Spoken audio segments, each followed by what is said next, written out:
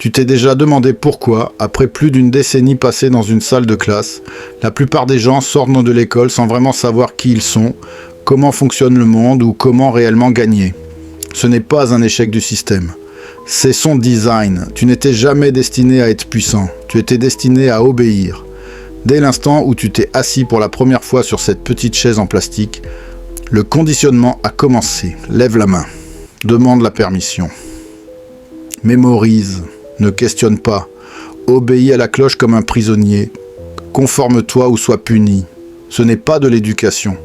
C'est du conditionnement comportemental déguisé en vertu. On t'apprend à rester immobile, à recracher des leçons, à craindre de te tromper devant les autres. Mais on ne t'enseigne jamais le pouvoir. On ne t'apprend pas à influencer, à déceler la tromperie, à te défendre de la manipulation, ni à contrôler une salle sans dire un mot. Car s'il le faisait, s'il t'apprenait à penser au lieu de t'apprendre quoi penser, tout le système s'effondrerait. Le système ne produit pas des penseurs, il fabrique des serviteurs. Et le mensonge le plus dangereux qu'il vend est l'illusion de la méritocratie. Travaille dur, suis les règles et tu seras récompensé. Mais regarde bien, qui s'élève vraiment ? Ce ne sont que rarement les plus obéissants. Ce sont les plus stratégiques, les rusés, ceux qui comprennent le jeu derrière le jeu. Le système loue la conformité en public, mais il récompense le pouvoir en privé. Pendant qu'on t'apprend à colorier à l'intérieur des lignes, d'autres apprennent à redessiner les lignes. Pendant que tu mémorises des dates et des formules, d'autres apprennent à contrôler les émotions, à bâtir des alliances, à faire bouger les gens sans les toucher. L'école te dit que la compétition se joue sur les notes. Mais dans le monde réel, la compétition est une guerre psychologique et toi, on t'a entraîné à porter un crayon sur un champ de bataille. On te donne des tests avec des réponses déjà écrites dans un livre. Mais la vie ne te donnera pas de choix multiples. Elle te donne le chaos, l'ambiguïté, la trahison. Et le système ne t'a préparé à rien de tout cela.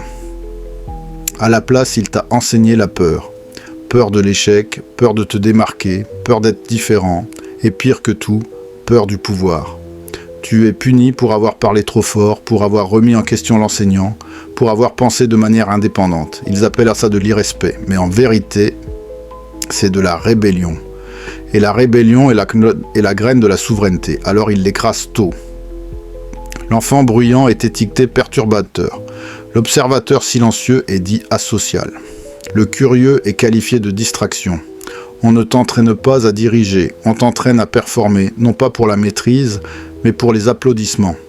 On t'enseigne à courir après les étoiles dorées, pas après l'or. Regarde autour de toi, qui profite vraiment de cette structure ?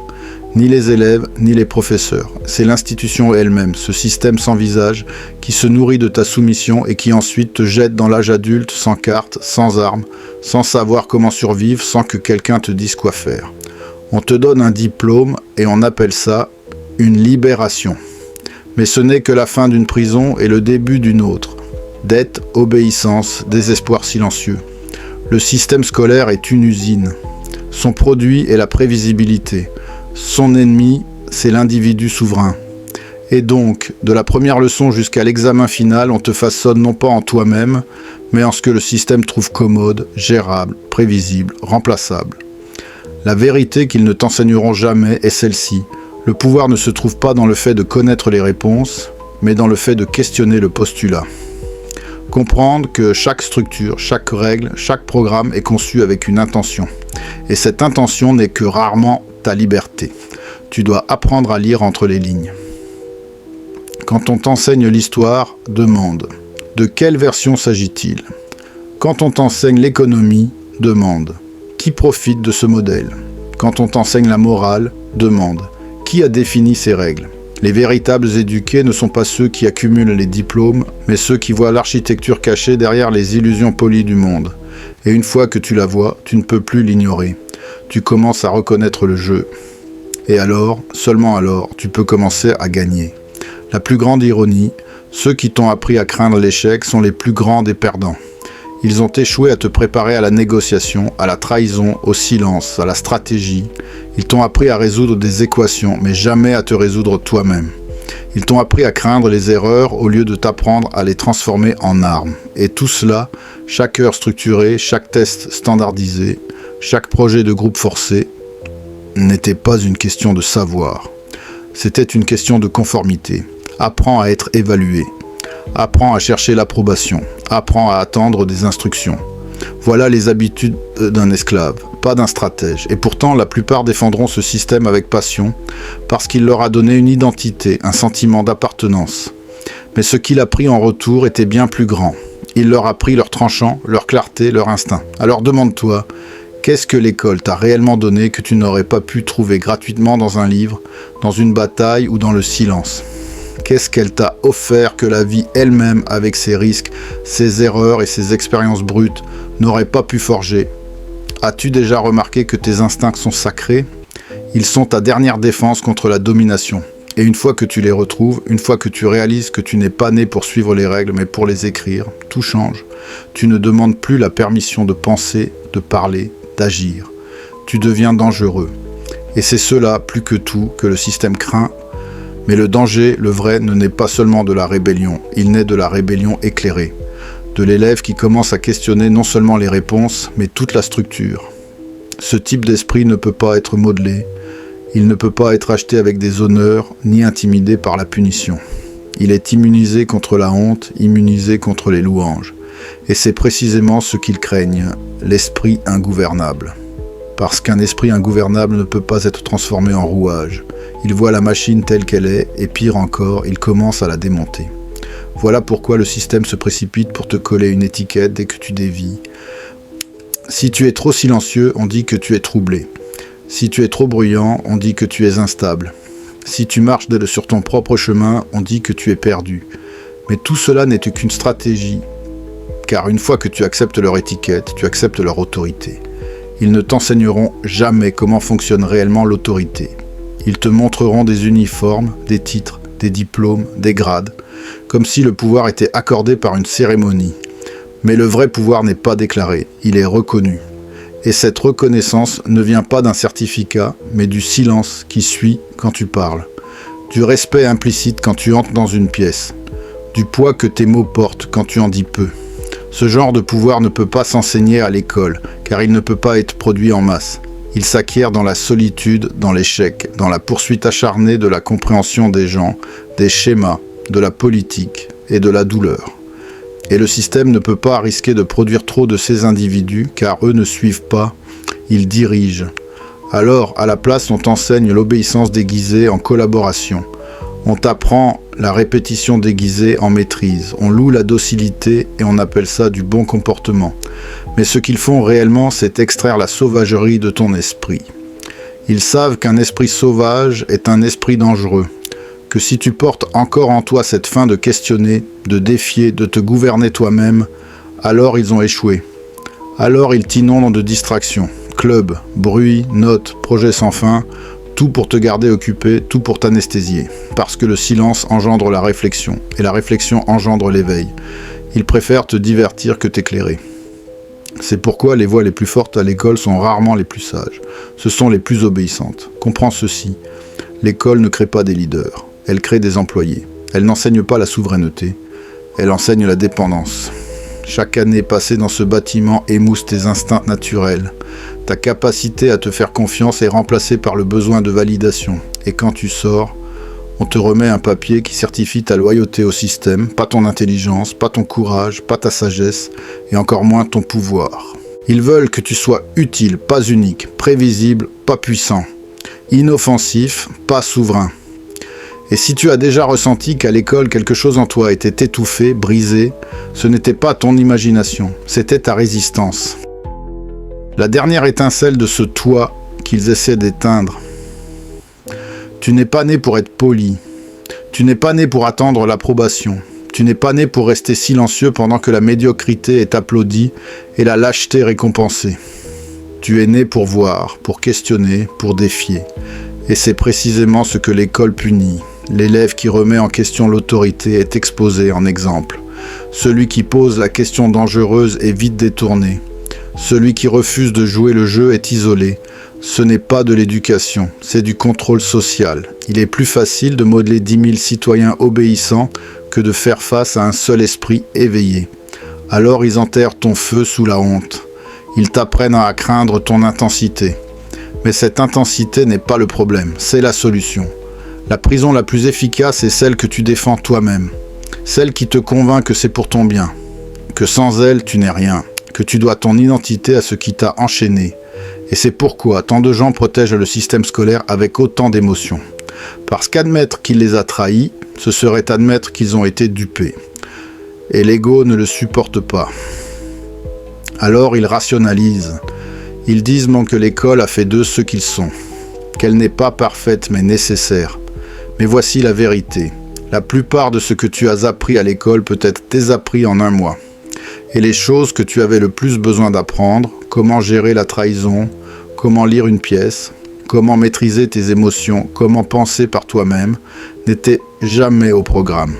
La sombre vérité est celle-ci. Tu as été formé pour être gérable.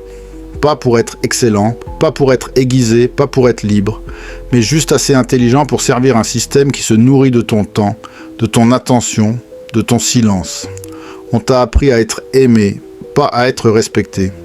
On t'a appris à mémoriser des faits, pas à forger ta propre philosophie. On t'a appris à concourir, mais jamais à collaborer avec ton propre esprit. Et ainsi le cycle continue. Les obéissants enseignent à la prochaine génération à être obéissante. Et les rares qui brisent la chaîne sont vus comme des anomalies, des rebelles, des menaces. Mais ils ne sont pas une menace pour toi. Ils sont une menace pour le mensonge qu'on t'a vendu. C'est pourquoi tu ressens ce mélange d'envie et d'admiration quand tu vois quelqu'un parler librement, marcher différemment, se moquer du regard des autres. Parce qu'au fond, tu te souviens de cette version de toi que tu as enterrée pour survivre au système. Et le système n'a jamais été neutre. Il n'a jamais été un espace vierge attendant ton potentiel. Il était un appareil conçu pour remplacer l'instinct par le rituel, pour substituer l'obéissance à la lucidité. Des salles de classe alignées vers l'avant, jamais les uns vers les autres. Aux cloches qui te dressent comme du bétail, tout a été conçu pour étouffer l'initiative et amplifier la conformité. On ne t'a pas appris à voir les systèmes. On t'a inséré dans un système. Et plus tu restais, plus tu confondais survie et succès. Les élèves qui réussissaient le mieux n'étaient pas les plus sages, les plus courageux ou les plus honnêtes. C'étaient ceux qui avaient appris à imiter la vertu, à dire ce que l'enseignant voulait entendre, à troquer leur authenticité contre de l'approbation. Et voilà la première tragédie de l'école. Elle n'éduque pas ton esprit, elle entraîne ton masque. Une fois le masque solidement fixé, il devient difficile de l'enlever. Tu commences à le défendre, à le polir, à le laisser parler pour toi. Tu deviens fluide dans la superficialité. Tu dis « ça va » quand ça ne va pas. Tu lèves la main pour donner la bonne réponse, même quand tu sais que la question est fausse. Tu ris à des blagues qui t'écrasent. Tu hoches la tête alors que tu veux résister. Et au moment où tu quittes la salle de classe, tu es devenu un étranger bien élevé à toi-même. Ce n'est pas de l'éducation, c'est une érosion, une lente et méticuleuse démolition de ton être, déguisé en maturité. Et la société applaudit.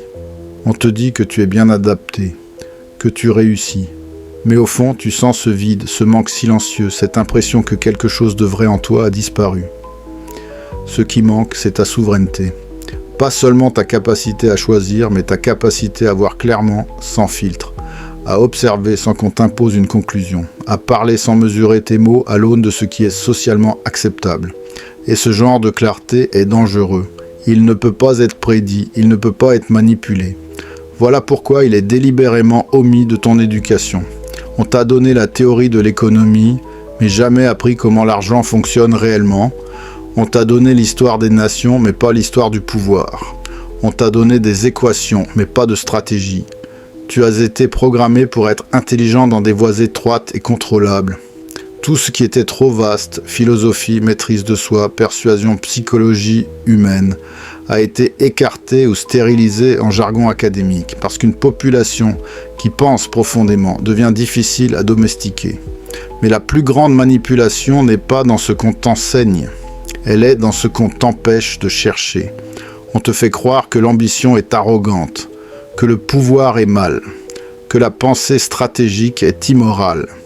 Alors tu grandis en ayant honte de ton désir de t'élever. Tu commences à t'excuser de vouloir plus. Tu commences à t'édulcorer pour paraître moins menaçant. Tu finis par appeler ton instinct égoïsme, ton audace impolitesse, ta solitude asocialité. Mais voici la vérité. Ils ne veulent que tu sois humble que lorsque ta grandeur devient dérangeante. Ils ne prêchent la morale que lorsque ton pouvoir menace leur contrôle. Et une fois que tu comprends cela, tu saisis pourquoi on ne t'a jamais appris à protéger ton esprit. On le voulait exposé, vulnérable, pénétrable, afin qu'il puisse être rempli de leurs idées au lieu des tiennes. Demande-toi, pourquoi ne t'a-t-on jamais enseigné la négociation ? Pourquoi ne t'a-t-on jamais appris à lire le langage corporel, à influencer par le silence, à tenir ton cadre dans une conversation ? Parce que ce sont les armes des souverains, celles de ceux qui ne sont pas gouvernés mais qui gouvernent. On t'a appris à écrire des dissertations, mais pas à écrire ton avenir. On t'a appris à identifier les thèmes d'un roman, mais pas à identifier les schémas du comportement humain. On t'a appris à citer des sources, mais pas à faire confiance à ton propre jugement.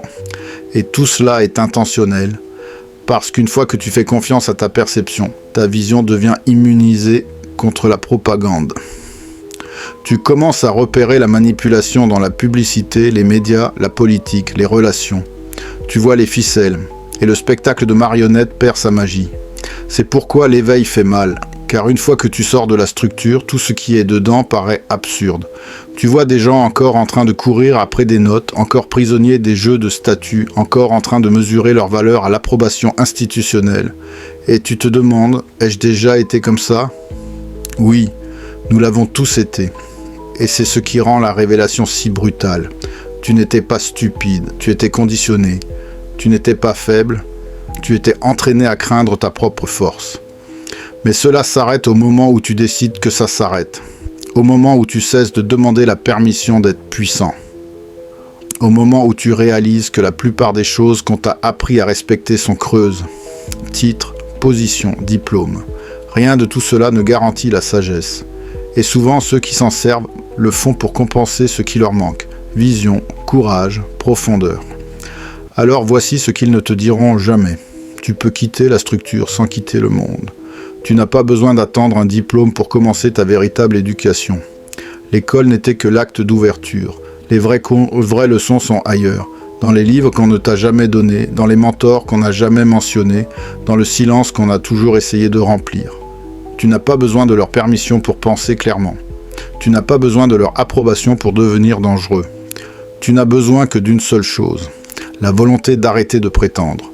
Parce qu'au moment où tu cesses de prétendre être ce qu'ils t'ont dit d'être, ta vraie vie commence. Pas celle qu'ils t'ont vendue, mais celle pour laquelle tu es venu ici.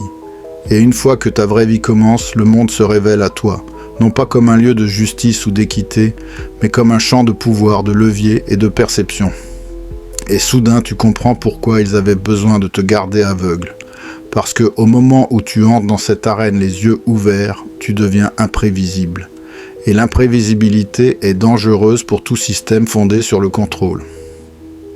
Tu remarques alors que ceux qui montent le plus haut ne sont pas forcément les plus instruits, mais les plus stratégiques.